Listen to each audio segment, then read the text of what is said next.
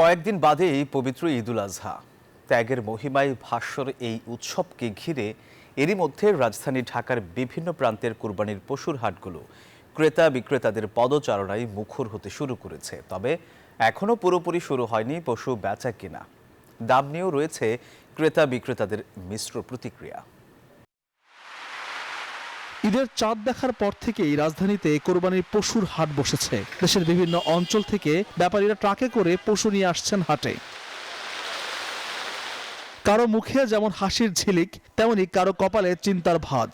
পশুর সরবরাহ, দাম এবং সার্বিক ব্যবস্থাপনা নিয়ে ক্রেতাদের মধ্যে দেখা যাচ্ছে মিশ্র প্রতিক্রিয়া। গরু দেখলাম, খুব ভালোই দেখলাম, কিন্তু দাম খুব বেশি যাচ্ছে। যে গরুগুলি গত বছর ছিল আপনার 1 লাখ বা 80,000, সেগুলি এবার 2 লাখ 3 লাখ দাম যাচ্ছে। দাম এখন নাগালের বাইরেই। 2-1 দিন গেলে বোঝা যাবে যে আসলে ক্রয় ক্ষমতার কতটুকু সাধ্যের মধ্যে আছে। গরুর হাট দিয়ে সন্তুষ্ট, কোনো চাঁদাবাজি নেই তো, স্বৈরাচার সরকার নাই, দেশের বাজার সব দিক দিয়ে ভালো চলতে আছে। ঢাকার কয়েকটি হাট ঘুরে দেখা যায় এখনো পশু আমদানি অব্যাহত রয়েছে। ব্যাপারীরা বলছেন আবহাওয়া প্রতিকূল থাকায় এখনো জমে ওঠেনি বেচা কেনা। আমি সিরাজগঞ্জ শাহজাদপুর থেকে আসছি। আমি 33টা গরু নিয়েছি, 2.5 লাখ 3 লাখ টাকা দামের গরু।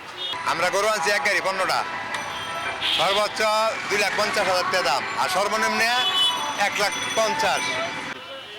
আমি যে চুয়াডাঙ্গা থেকে আইছি, গরু এক গাড়ি আনিছি, যে দাম এখন কেউ বলিনি। হাটে ব্যাপারী ও ক্রেতাদের সার্বিক নিরাপত্তা ও স্বাচ্ছন্দ্য নিশ্চিত করা হয়েছে বলে জানান সংশ্লিষ্টরা। তো আমাদের এখানে যোগাযোগ ব্যবস্থাটা খুবই ভালো, কারণ আপনার সব জায়গা থেকে আপনার এই হাটটা হলো তেজগাঁও পলিটেকনিক ইনস্টিটিউটের মাঠ। আমাদের এখানে পানির কর্দমাক্তের কোনো সুযোগ নাই, মুষলধারে বৃষ্টি হয়েছে, আপনারা সবাই জানেন। তো সেই অবস্থায় আমরা কিন্তু মাঠটা সুন্দর করে আমরা বালু দিয়ে যেভাবে যেখানে ব্যবস্থাপনা করা যায় করেছি। ঈদ যতই ঘনিয়ে আসবে হাটগুলো ততই ক্রেতা বিক্রেতার পদচারণায় মুখর হয়ে উঠবে বলে মনে করছেন সংশ্লিষ্টরা।